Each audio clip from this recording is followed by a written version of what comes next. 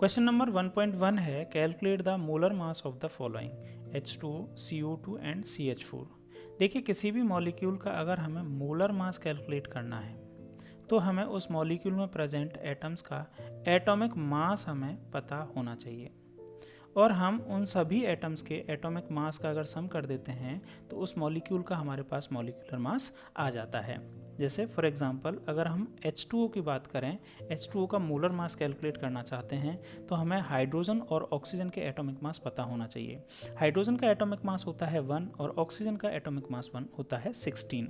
Hydrogen के यहाँ पे 2 एटम्स हैं तो 2 मल्टीप्लाई बाई हाइड्रोजन का एटॉमिक मास 1 प्लस यहाँ पे ऑक्सीजन का 1 एटम है तो 1 मल्टीप्लाई बाई ऑक्सीजन का एटॉमिक मास होता है 16।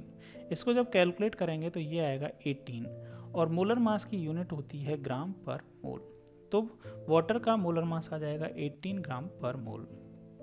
इसी तरह से सिमिलरली अगर सेकंड एग्जांपल देखें CO2 का अगर मोलर मास कैलकुलेट करना है तो यहाँ कार्बन का 1 एटम है और कार्बन का एटॉमिक मास होता है 12 प्लस यहाँ अगर देखें तो ऑक्सीजन के 2 एटम हैं और ऑक्सीजन का एटॉमिक मास होता है 16। इसको अगर आप कैलकुलेट करेंगे तो कैलकुलेट करने पे आएगा 44 और मोलर मास की यूनिट होगी ग्राम पर मोल।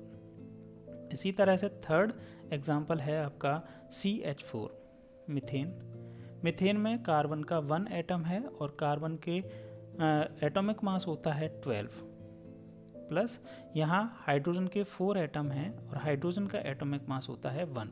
इसको आप कैलकुलेट करेंगे तो यह आएगा 16 ग्राम पर मोल।